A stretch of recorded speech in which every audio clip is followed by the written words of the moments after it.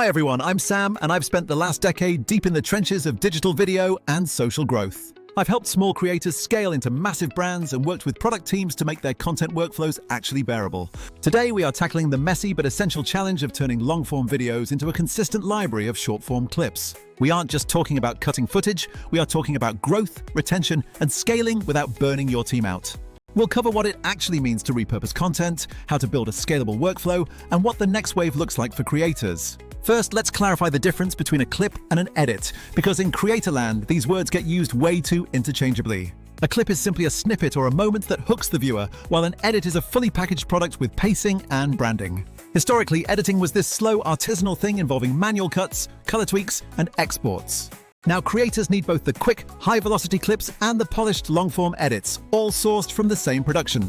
The trick to achieving this efficiently is mastering the art of strategic content repurposing. Repurposing is not about lazy recycling, but rather about strategic amplification of your core message. You take one long-form conversation, like a webinar or interview, and extract multiple posts that cater to different audience needs. When you do this correctly, your discoverability on platforms like TikTok and YouTube Shorts skyrockets. The beauty of this approach is that you get more content across platforms without increasing your total production hours. This also leads to massive productivity gains where your team can produce 10 times the output with the same headcount. Consistency is another huge benefit because when you standardize how clips are styled, your audience begins to trust your brand voice.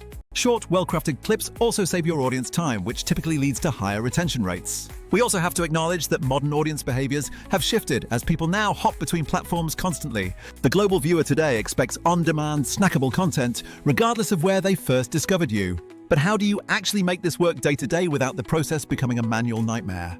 If you are doing this by hand, watching footage, cutting, captioning, and exporting, the math gets ugly very fast. That is why I rely on three core principles: simplicity, interoperability, and partnership. Simplicity means keeping your workflow lean and avoiding unnecessary steps that slow down your creative output. Interoperability is about ensuring your recording platform, storage, editor, and scheduler all talk to each other seamlessly.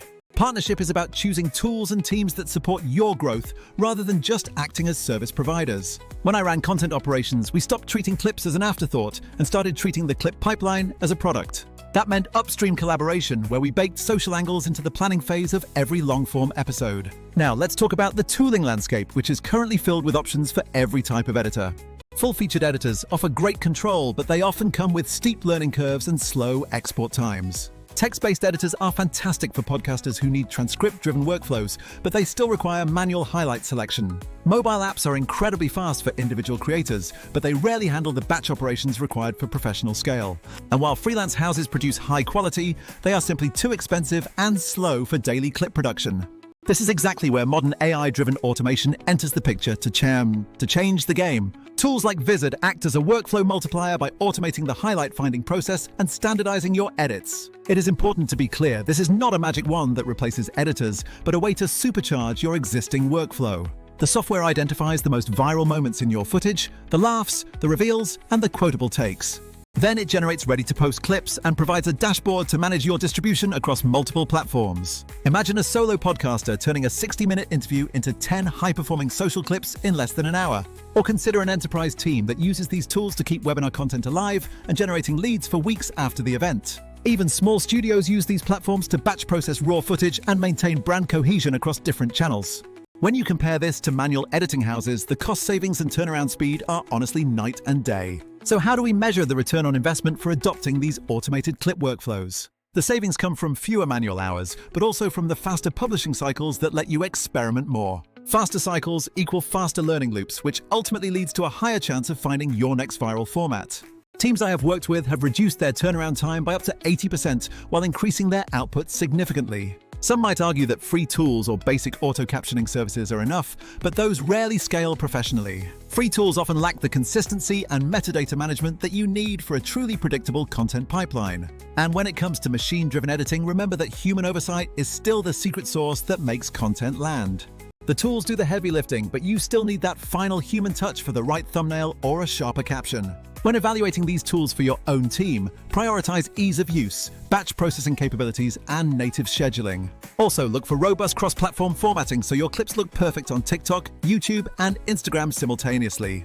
The future of this industry is moving toward a world where your long-form assets act as a factory for endless content. We will soon see video data become queryable, allowing you to pull exact moments based on emotional signals and speaker IDs. That future is waiting for creators who think systemically and build workflows that are interoperable and scalable. I encourage you to try a small pilot program, document your time saved, and then scale that success across your team. If you're already experimenting with automated clipping, I would love to hear what worked for you and where you hit bottlenecks. Let's build a workflow that actually gives you time back so you can focus on the big picture creative strategy. Go out there and make something that people simply cannot stop watching.